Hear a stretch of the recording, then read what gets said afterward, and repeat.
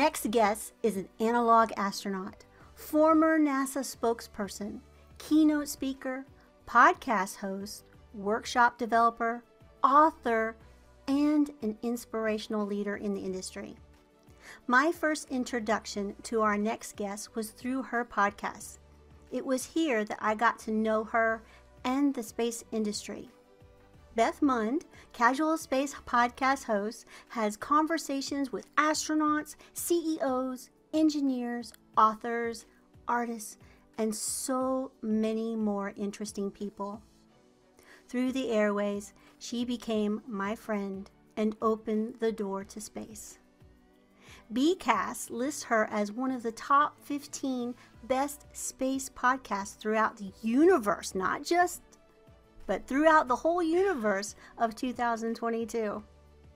After I wrote my book, she had me on as a guest, and now I have the absolute pleasure of having her as my guest, and I'm still pinching myself. So please welcome one of my favorite podcast hosts, Beth Mund. Hi, Beth. Hi, How are Izzy. you? Oh, I'm so good. Happy Friday. Happy Friday. Oh my gosh, what a week. What a week. Yes, Fall is are. coming. I love fall. It's my favorite. And space is happening. So, Space is in a big way. Sometimes being a space podcaster and a science reporter and science journalist, it was always like never a short of content, always something. And it was always the difficulty of prioritizing. Well, which one gets the first address this week? And so I feel like that's every week, but fall kind of lets absolutely. us take a breath. I'm going to kick us off with one of Yes. my favorite podcasts that you did. Okay. It was the one that you talked about your experience in space camp and how it was instrumental in building your dream of space. It was one of my favorite episodes, and there's a lot to choose from, and it's about Aw. your journey to space. Can you tell us a little bit about it? Absolutely. So there's so many space camp stories. I feel like I've been, living there in another place and time where I'm like full-time living at space camp, which would be awesome. That would be incredible. Okay, space camp is a game changer, and not just for me. I recently went back, as one does. You'd be surprised how many people who attend space camp will go back and be of service in some way, whether they donate, whether they participate, whether they invite someone to go to camp, or whether they come back to camp, because the camp I went to was so much different than what it's evolved into. And as you know, now Jared Isaacman has given this incredible multi-million-dollar donation to extend camp, which is so great because it's in hot Huntsville, Alabama.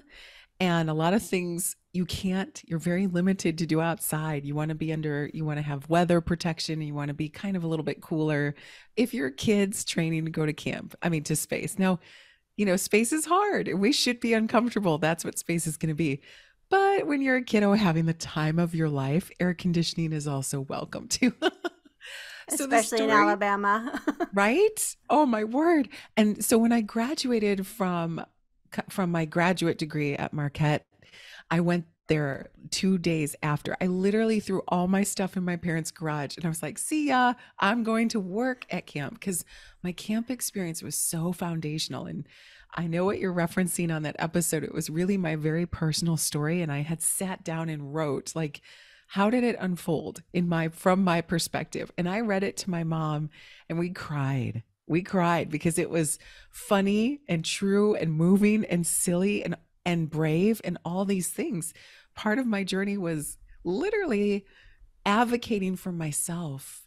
And I talk about in the story on the podcast, and when I wrote it, you never know when you start writing, things just take direction. And I did not expect to be talking so much about this grace that came with the way my mom advocated for me with her grace. And what I meant by that in the story was just that she didn't go into my high school principal, who, by the way, said, no, I cannot go to space camp because I would be missing school and missing classes. And my mom did not march in there, even though I wanted her to. Boy, did I want her to, and say, you get science credit by going to space camp. it's space camp. Like the girl is not going to, you know, go on vacation here where it's work and it's space. And this is something that we see in our daughter that she wants to do, and she's come to us to ask. This is not like checking a box or part of the athlete journey where you have to like do a thing and then return back to school. Nope. This was just my desire, deep seated. And my mom went in with all of her grace, and she didn't yell and she didn't get upset, but she did have this presence I'll never forget. And it was very authoritative, but again, with the grace. And I think when I say grace over and over, I mean it's inviting. It's not one directional. It's letting the other person have their perspective and you have yours, but still moving towards the goal, which in that case that day was space. So then I went back after my incredible experience where, oh my gosh, I found my people. I found my people. And in the Midwest growing up, there was no such thing. Like, we're not coastal. You can't look out your window or drive for an hour and get to a rocket launch coast or even really a museum. So for me to go to this place where everyone who was there for the same common, denominator of space, I didn't want to leave. I cried when we did. And then I went back to teach, which was phenomenal. And last summer I went back to help my friends, and I sit on the board now, which is just such joy. I'm so grateful. And it's not even work. I don't even call it work, because every time they ask me, I say yes, and then I double it. I'm like, but can we also? And they're like, Beth, if you want to do that, you keep and I'm like, okay.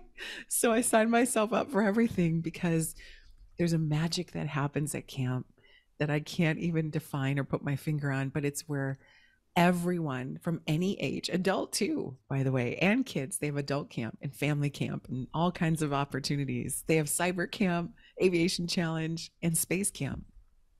But every kid has this transformation.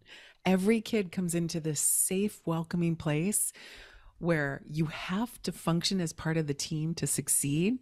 And the team is all on board with space, no matter what. I had no engineering experience, very little science. It was just my background. And when I got there, I excelled in a way I had never had the opportunity to before. So going back last summer was not only an anniversary year for me, but our friends, Chris Sombrowski, and Dr. Cyan Proctor and Haley Arsenal and Jared Isaacman got welcomed into the Space Camp Hall of Fame.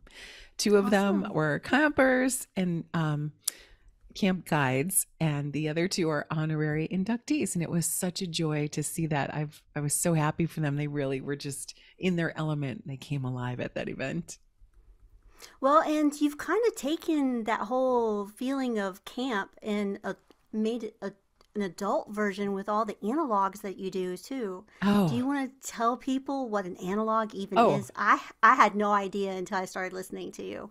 Oh, good. Oh, that's wonderful to hear. So yes, analogs are this crazy thing where these people like myself are looking for extreme environments where we can study and research and do work in the field that most closely relates to what we want to do in space. So for example, when you go to an analog at the top of the volcano in Hawaii at the High Seas Research Facility, that landscape, that terra, looks so much like the Martian landscape that you actually can go practice with as if you live on Mars. So robotics practice there because the rocks are very volcanic. They're porous. They're like glass. And my boots that I took there got cut up. They came home like shredded just from walking around, which again, this is so Mars-like, we think.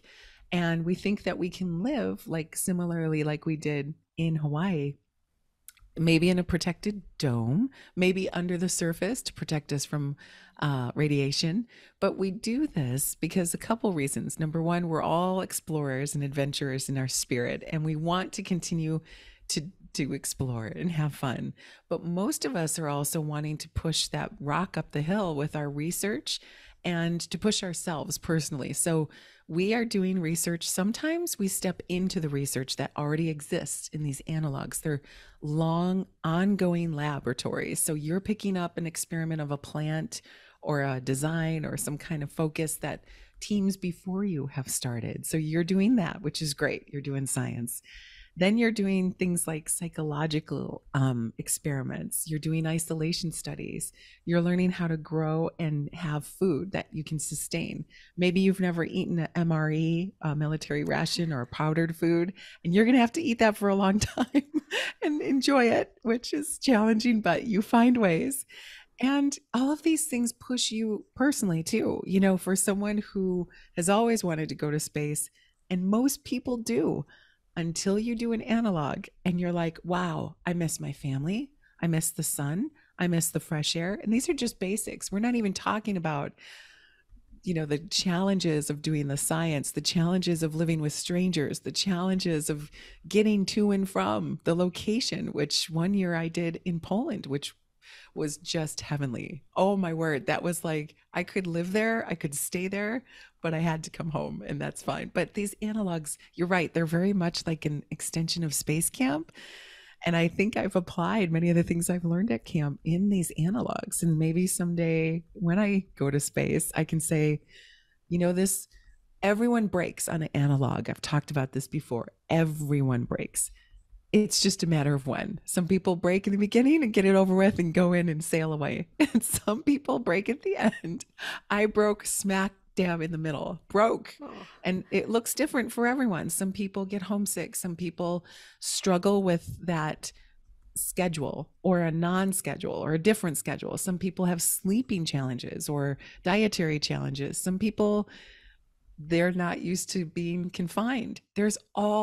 Everyone breaks. And again, we talked about grace earlier. I think everyone on an analog goes in knowing you better be able to share and give grace, because you're going to break. It's just a matter of when. Mine was exactly in the middle, and I felt it coming. And then when I was in the moment, I'm like, this is it. This is it. If I can get through this and then show up tomorrow, I think I'm going to be okay. But that was not my best day. Well, and you talk about food. And I want to make a point that one of the things about space and in a lot of the studies is that it's not just for one type of engineer. There's so many different occupations out there, and if you want to study food, that is huge. How Yes. do you make the MREs appetizing? Because food is critical to our happiness. And Okay. This is one. Here is one. I'm showing you, Izzy. This is, gosh, because it is in Polish. This is a company we used that was there. This was like spinach and noodles and mushrooms, and it was one of my favorites. And this is a great challenge. You know, NASA put out a challenge not so long ago where they were looking for companies to find inventive ways to have food challenges, because NASA is very good at making food and making it tasty. But NASA is not a food production company. They're a space exploration agency, government. So there's got to be better ways to do this. And they know that. So they've asked everyone who could do it better to give it a try. And so in this particular package, like this is one meal. If people are listening and you're not watching, then it's about the size of a half of a notebook, and you open it twice. So you open the first, you tear open the package. It's plastic. It's like a plastic bag, and you put the water in, then you seal it, then you wait, kind of has to dissolve, and you kind of massage it into the water, into the food, and then you tear it open again. And then this is a recyclable waste package as well. So you don't put this in a dish, you eat it straight from here. And then I thought this was delicious. I loved the food rations in Poland.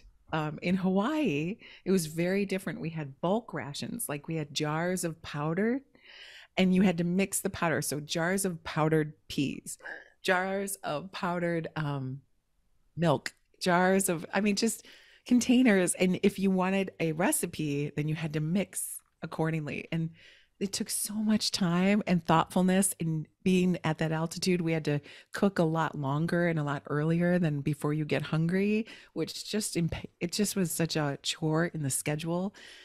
All these things, you're right, it's a simple thing to eat. Just grab our snacks. We're so comfortable.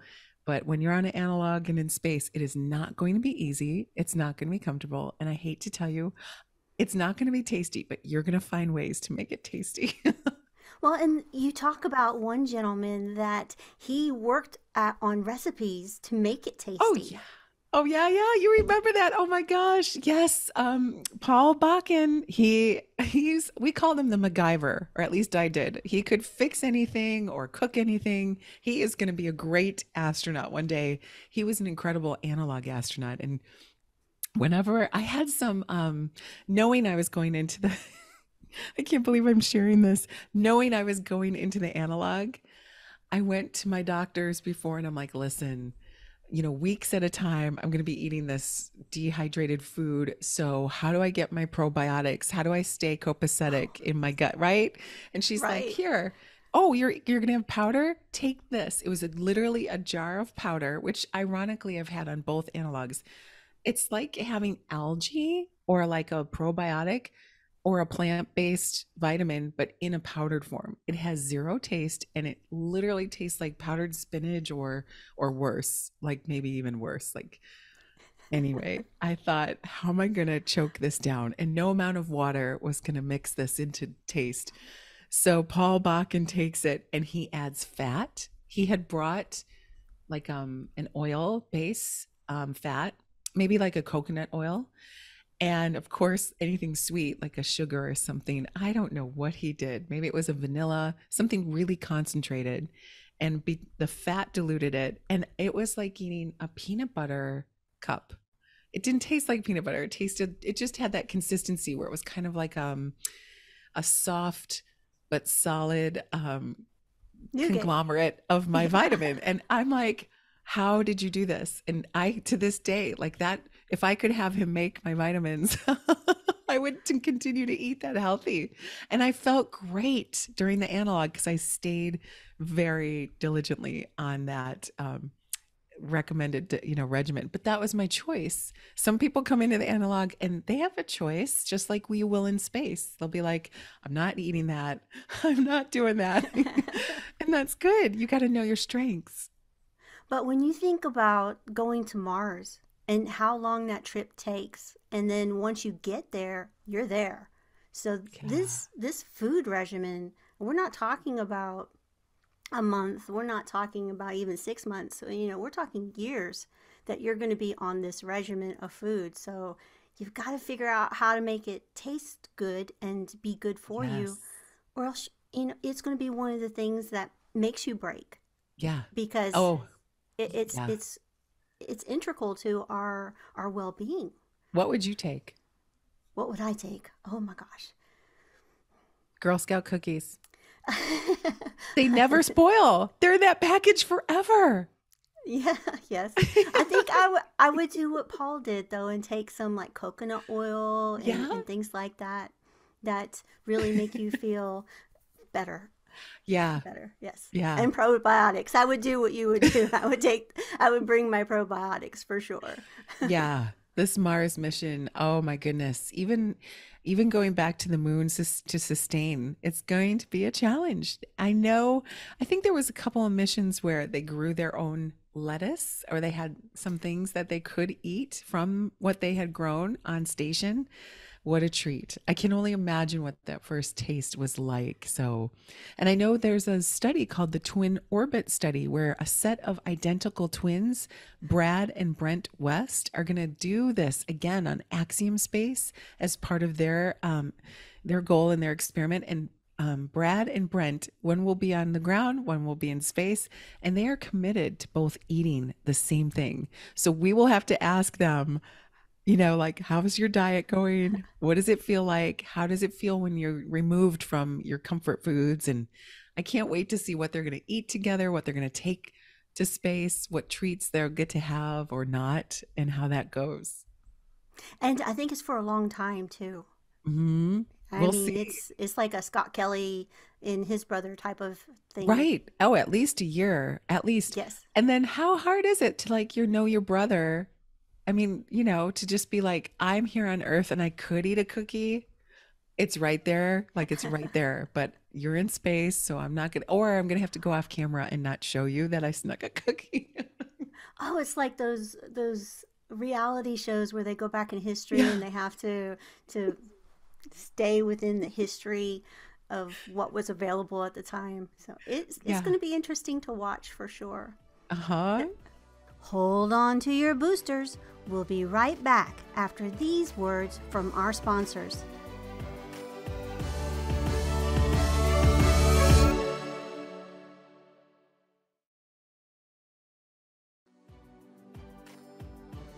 Marketing strategies related to our guest visit can be found on spacemarketingpodcast.com in the Show Notes Expanded section, with corresponding page numbers to the strategies in my book, Space Marketing: Competing in the New Space Economy, available on Amazon and Audible. Stay tuned, and we'll be right back. Now, while you were in Poland, you actually did do some podcasting while you were there. Yeah, I totally And got my crew couldn't go anywhere, so I kidnapped them and no one could leave. So I really got to know them in a different setting. And it was funny because our commander is this brilliant like genetic researcher, and she does incredible things, but she couldn't explain that as our commander. She had to command. She had to do, team tasks and lead us. And when we finally sat down for the podcast and I asked her about her research, it's like she came alive. And it was like a whole nother side of her. And then I got to finally understand that how some of the tasks she was asking us to do to gather samples.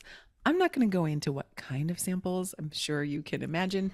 But as a genetic, biologist, I'm like, I'll do this for science, but now I have the rest of the story. It's like the Paul Harvey. Do you remember Paul Harvey? oh, yes, I love Paul Harvey. Yeah. So I finally, when I sat her down and when she wasn't like running crazy being commander and doing the things she had to do, and she got to focus on her work and her joy and her expertise, that podcast will be one of my favorites because it really took a turn for me. I saw her in a different light.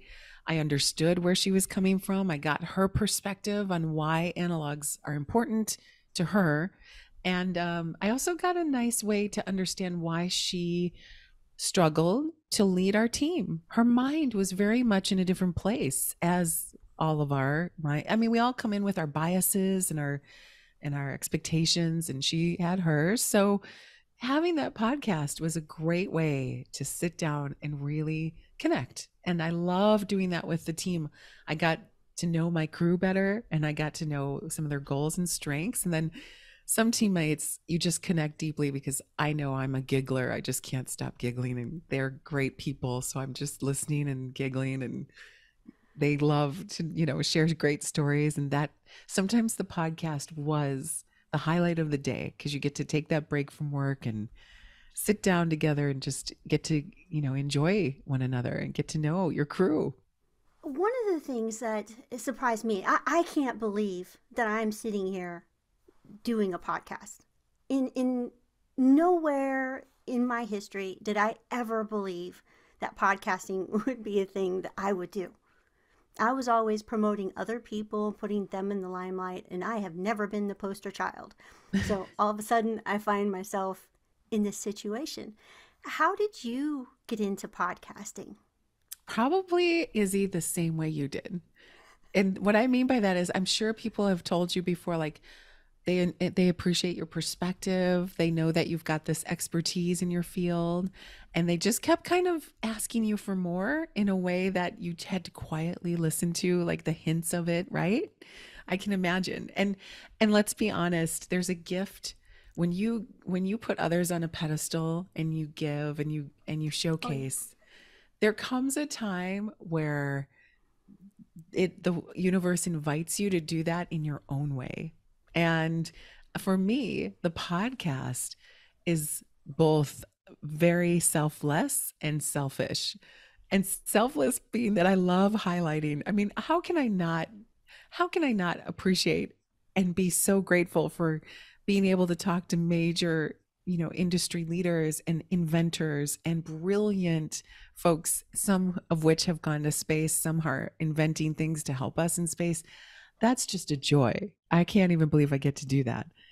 And that's my selfish part. Like, I want to talk to these people and learn. And I feel like I still get to be in the industry by talking with them and learning and sharing.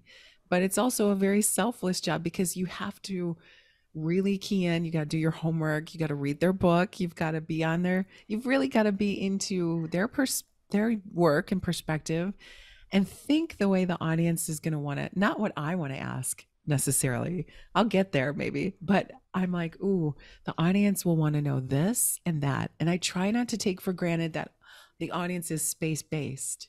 With casual Right. space, it's kind of all ages and it's kind of all demographics. I have a 50-50 split of men and women listeners, which when I saw that on my Lisbon profile, I was like, that's incredible. 50-50. So I know my audience really well. And I know that we can't get too technical. We can't use acronyms and terms like I once did at NASA. And it has to be very general and very family friendly. And I mean, we laugh. I mean, I've had some astronauts that are not family friendly, like of all the people. I'm like, oh boy, Mr. Mullane, Patrick Mullane. I'm not naming names, but it's Patrick and Mike Mullane, which if you know them before, I knew that was going to be a challenge. And they were great. But it was also like, they're just real. They're just real. They're not going to filter. And I love that interview so much. I remember that one. Yes. Yes, that was a good one. And one of the things, especially with what I do, is that podcasting is also giving marketing opportunities to people because unlike a commercial where it's all polished and rehearsed and written, this is organic and you Yeah. don't know where it's going to go sometimes. And it gives them the opportunity to tell people about what they do in a real authentic way.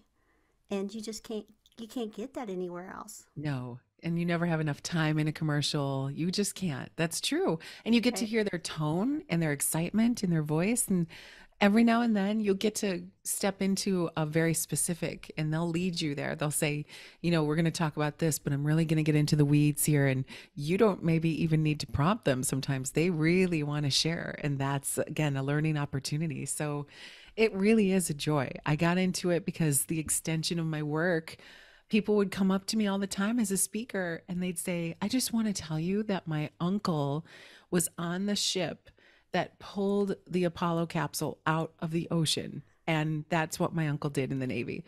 And I'm like, where does that story live? Like you just told me that story and it where does it exist outside of my Right. ears right now in this moment? And I knew I had to capture them. And at the time, podcasting was new. This was several years ago. And I'm like, how am I going to do this? I can't write all these. I can't travel and capture all of these. So the podcast started because I thought if I invite everyone to just share these stories, then they can be living in this conversational approach where other people, they can be shared and other people can appreciate that and just sit back like I do and go, wow, are you kidding? Like half of my podcast is me going, really? Wow. Tell me more. Oh my gosh. And that's truly authentic. Like that's my authentic. I'm like, oh, I forget I have to ask the questions. Right. Right. And me personally, I consider myself to be a knowledgeaholic. And I Oh, I love just that. learn to research and Love get that. into it. And this is the epitome of what I call the cream on top. You get to hear all the good stuff. And Yes.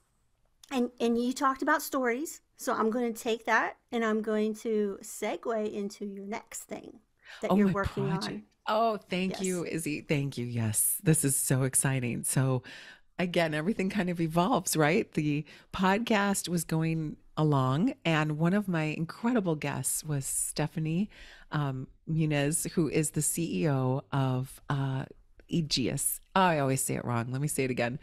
Aegis. I always say it wrong because it starts with an A, and my NASA voice comes out. She and I had this wonderful conversation together, and I said to her, if you are offering, she just made this offer off the cuff. Beth, if you ever want to send anything to space, I am your girl and we're your company. And I thought, what would I spend to space if I did have the opportunity? Like, would it be a wedding ring or a photo or a memento or an heirloom? And I'm like, that's just not how I roll. I'm a sharer. So what can I do that brings everyone along with me? Because otherwise I have this wedding ring that went to space and who cares? Like no one's going to know about that but me. That's very cool, but that's not how I roll. So I said, Stephanie, can I pitch you something? And we found a date on our calendar and I know it was going to be crazy long shot, but I said, could we do something where the thing that flies to space is from all of us? And she's like, what does that look like? And I said, happen to be a storyteller. What if we did stories and we captured those stories? And she was like, yes, this makes sense. We talked about how we're going to do it. So the Stories of Space project was born in that moment. And we worked out the details where we've got a triple threat project. We've got science, stories, and research. So the stories are yours. Everyone all over the globe between now and the end of December can submit a story. And then I will take that story, and the team will take the story and put it on an SD card. And that SD card will fly on the Aegis payload to the International Space Station, and where it just gets started. Now comes the science. Small SD cards are often used in, throughout the space industry because they're very inexpensive and they're quite hardy, but they still get damage from radiation exposure. We're going to be measuring and looking and investigating that damage, if we get damage, and if so, how much. And we'll be looking at different manufactured cards. So Stories of Space will live on several different SD cards, more than 50, and we'll launch those in a very, very small payload. It will go to the International Space Station where it will orbit for 6 months. We'll look at the science there and we'll do a little research when you submit your story, we'll ask a couple of questions. And now we're going to get into the demographics and the ideas of people coming into this industry wanting to share their story.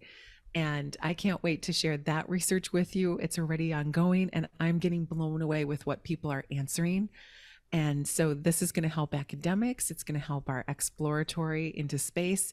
And these stories too are phenomenal. So right now we're working towards our goal of 50,000 stories by November.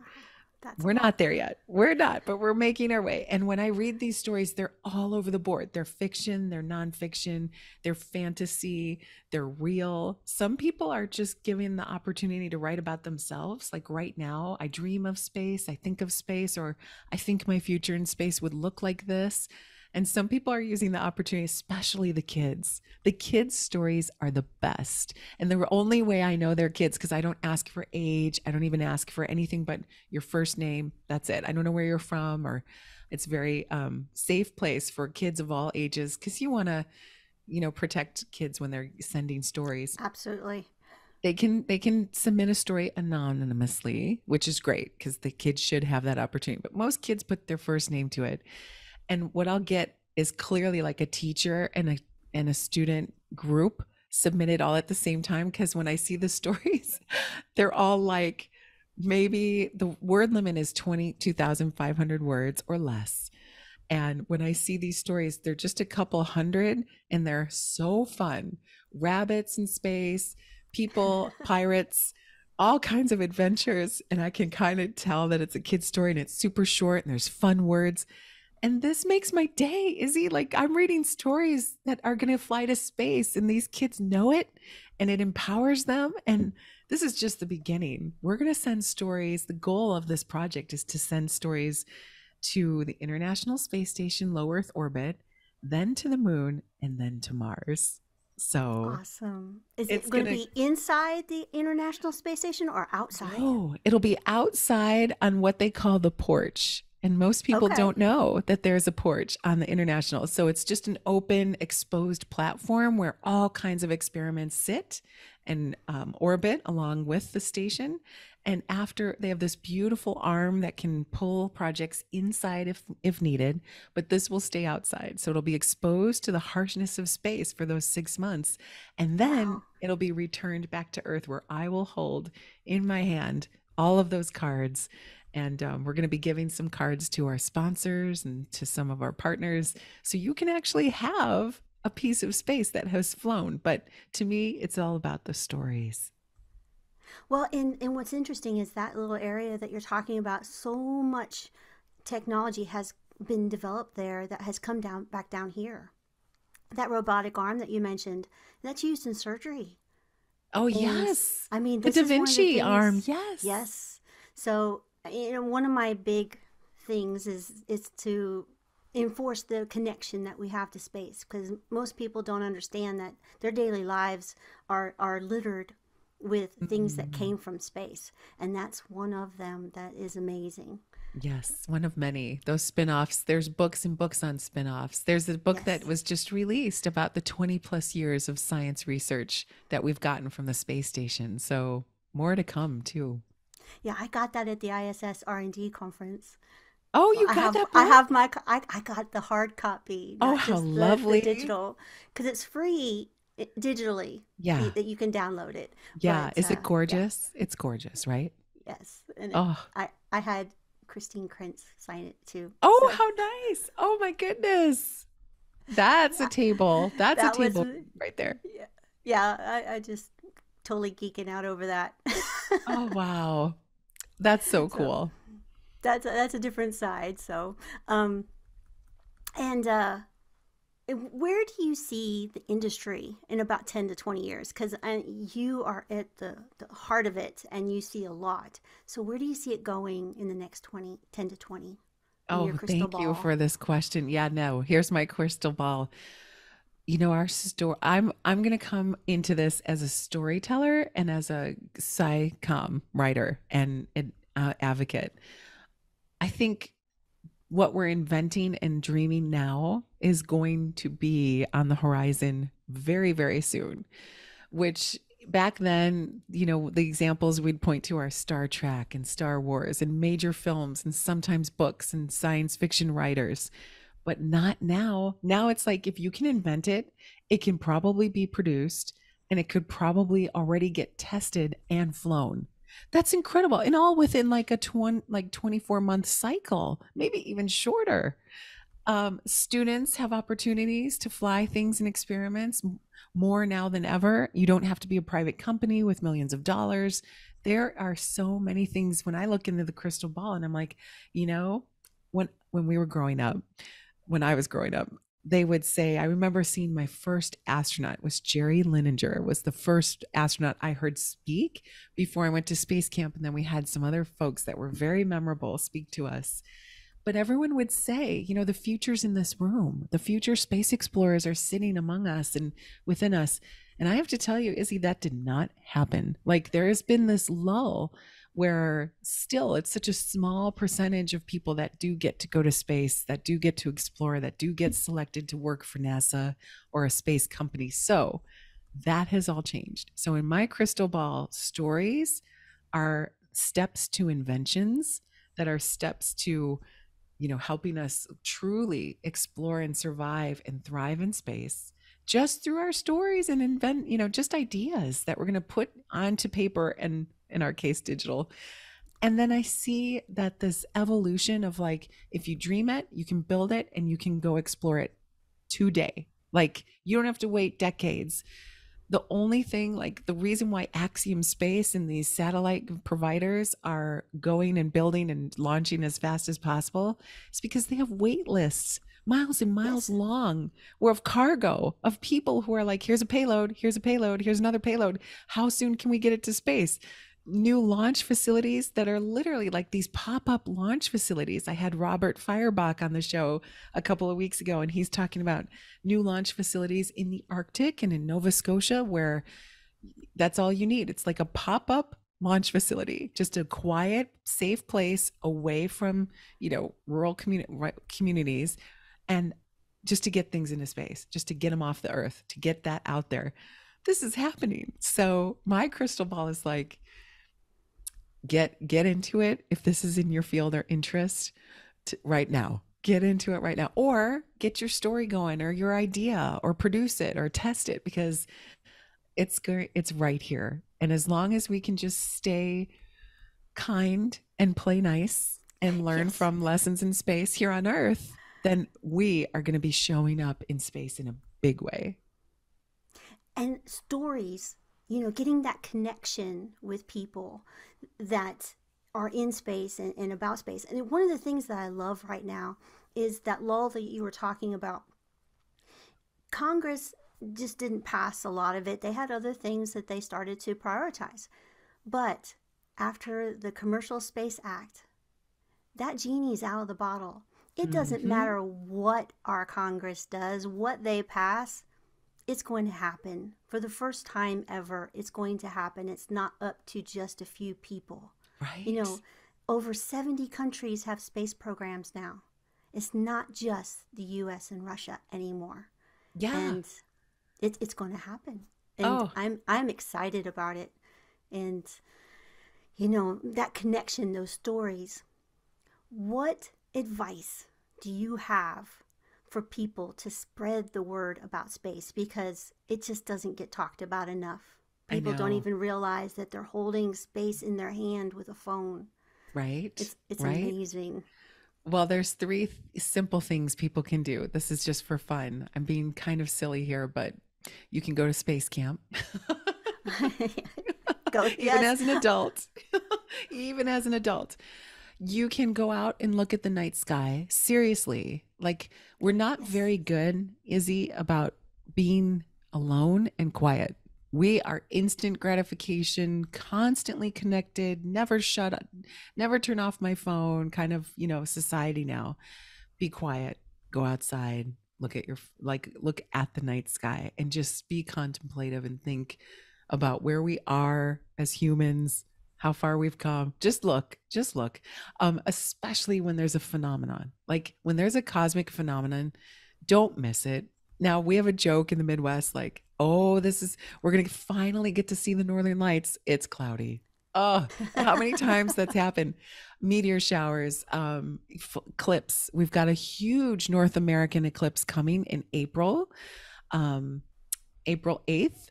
We've got lots of things that don't have to be these grandeur launches. Like, how many people can go to the Artemis launch? If you're lucky, you can get to go, great.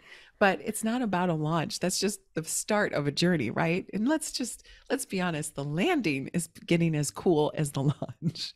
But if you go to space camp, look outside your front door, and then seriously, I'm a big advocate for reading. Just enjoy. If you are really in this, even if you're not in the industry, but you're intrigued, you don't have to be a space geek. You can read something. I just showed us before we came on camera one of my favorite books by Ray Bradbury.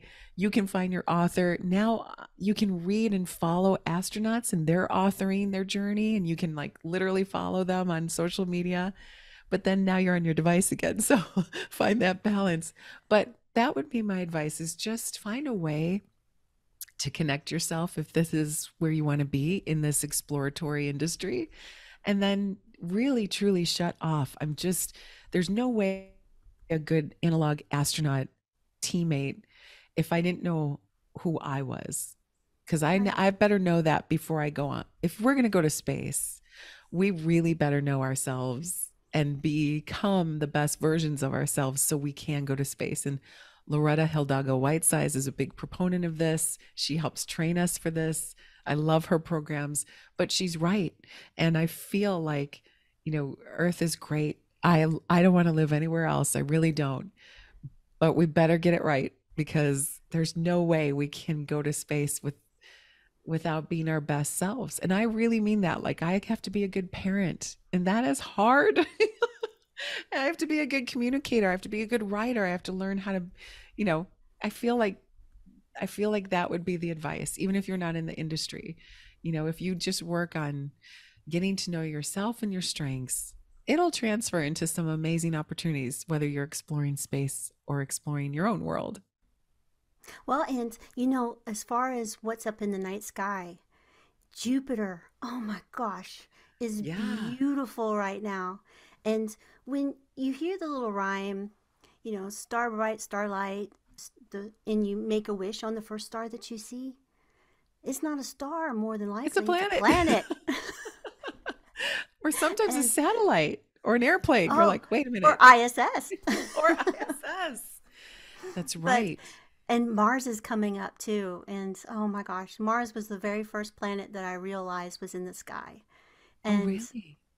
it was really big that summer. Yeah. And Jupiter is really big. And Saturn, there's some Okay, nights wait, wait, where it's wait. Do so you remember clear. where you were? Where were you in that summer? Like, were you in a yard? Were you like with friends? What were you doing? I was taking my dog out. I And blame space on my dog because she needs to go oh, out, and she just, you just can't let her out. You have to take her out on a leash. yeah, And so yeah, every night we would go out and we would look at the stars. And then I got the little app that yeah. Skyview, and Yes. started figuring out what I was looking at. And So then there's the advice, Izzy. Get a yes, dog. get a dog. Go outside at night Get a and just dog so you can go look. out. Well, it depends. If you live in the Chicago suburbs, it's going to be really Well, cold. yes. Well, it is really cold sometimes, Yeah. but yeah, in Saturn, there are nights where it's so clear you can make out the rings with your eyes. You don't even Yeah. need a Or a pair of telescope. binoculars. Yeah. Yes. So, yes, look up. This is it. This is, yeah. Yeah. And Izzy, here's the great thing. Oh, that's always a loaded question. My advice is listening to your podcast and listening to Casual Space, because these are the experts that are going to give us advice. Like, truly, they're in it. They're doing.